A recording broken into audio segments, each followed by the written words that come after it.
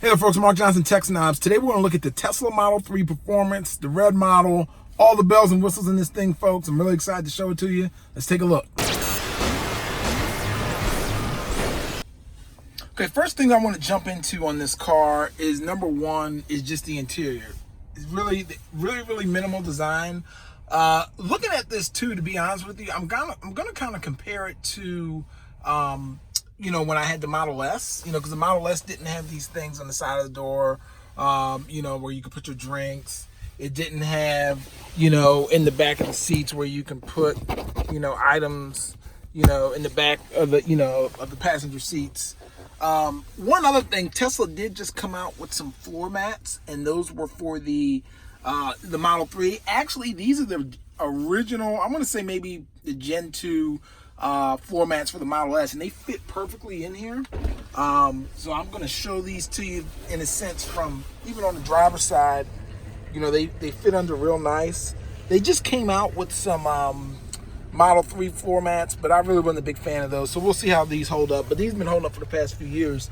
Another thing you'll see is it's got the performance brakes.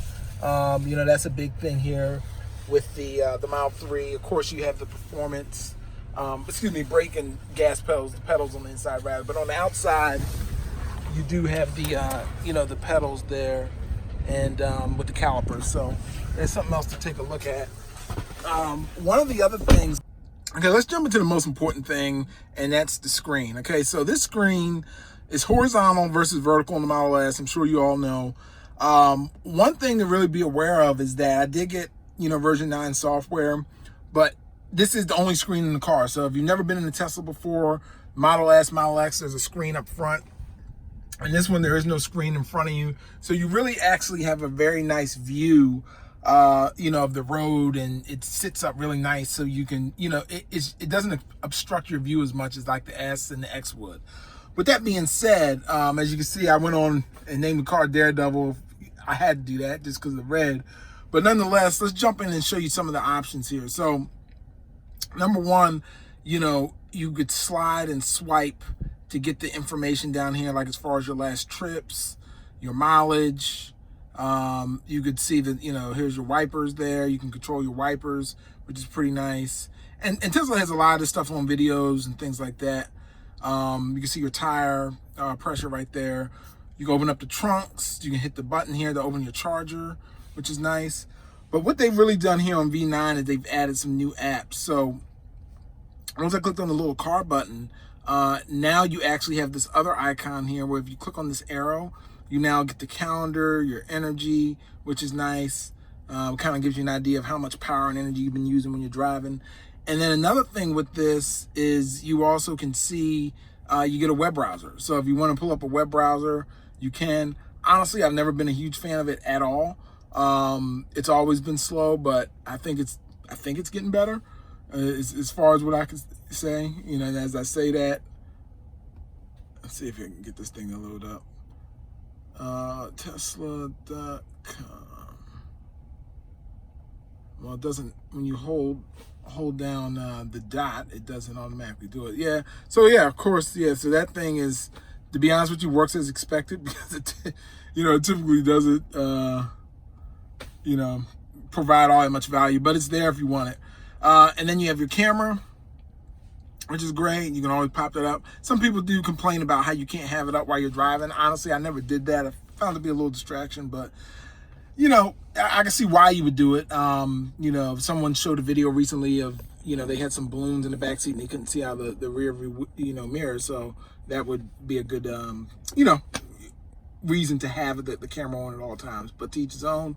And now this is probably by far the coolest thing, what I've liked that they've changed. See this little animation, so you can control the airflow.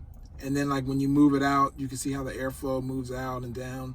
It would be cool once they maybe add something where it could show this as, red or blue, whether it be hot or cold. So it doesn't do that, but it's pretty slick.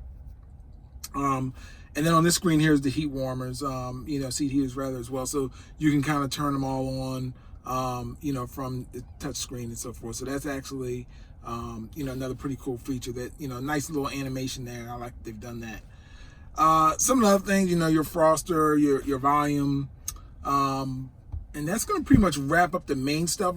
Some of the cool things, though, you do get is if you click on at the top, you're going to see this little icon here. And that's a new feature for the camera, the dash cam. Now, I'm excited about that because, you know, I've known people that's modded their cars in the past and they've used different things like, you know, the Blackview cams and, you know, and it requires you running all this, you know, wiring through your car.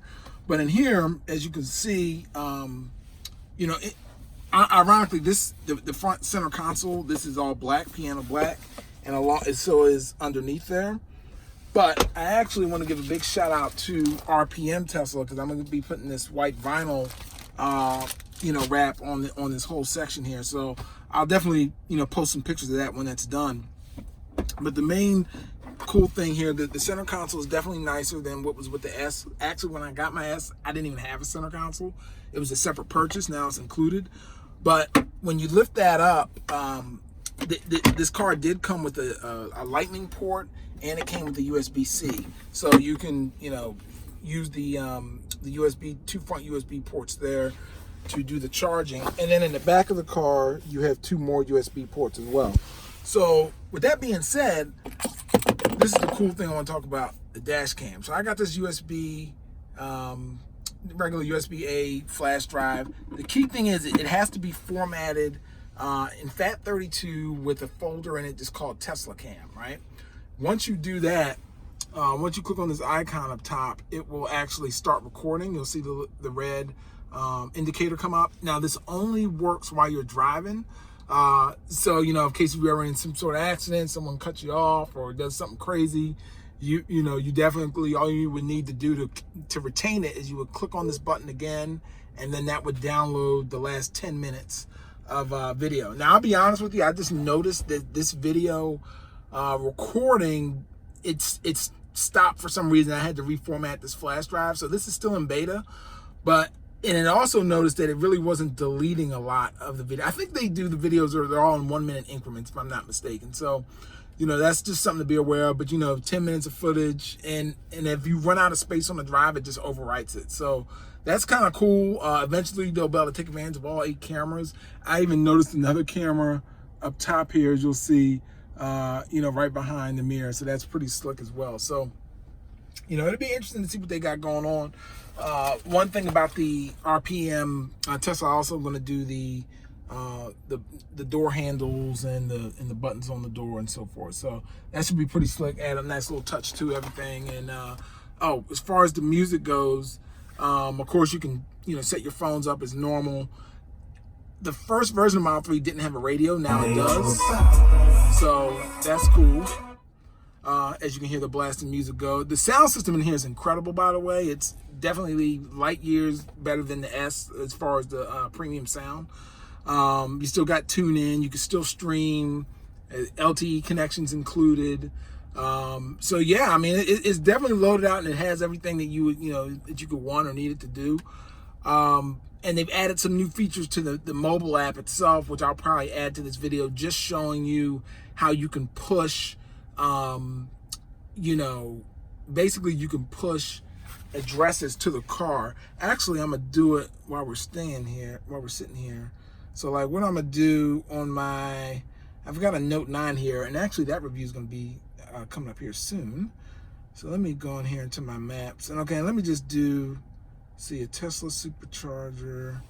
So I'm looking at that Tesla supercharger, and I'm gonna hit share, and then I'm gonna go to Tesla, and it's gonna say send to there, and then boom, just like that, it's gonna tell you exactly. It works instantly, and that's great because, you know, a lot of people, if you're not a big fan of the Tesla maps, this way you can use like Google Maps. I know you can use Waze. You can use a few other things to basically just push the maps directly to your car, and you can do that even while your car is off, as long as it has a connection. When you get back in, it'll be automatically selected as your destination. So that's really cool. They also added a few other little things in the mobile app. You know, of course, there's things like your phone key and things like that. But what you can do is, the media button here. So like a passenger or somebody logged into your account can control the volume and the media player. It's cool, but it's kind of like, I don't know, unless they're sitting in the back seat, I don't see why you would just use the actual console on the, you know, on the display. So, but yeah, that pretty much wraps it up. Definitely thanks for watching this video. Be sure to give this a thumbs up if you liked it. Take care.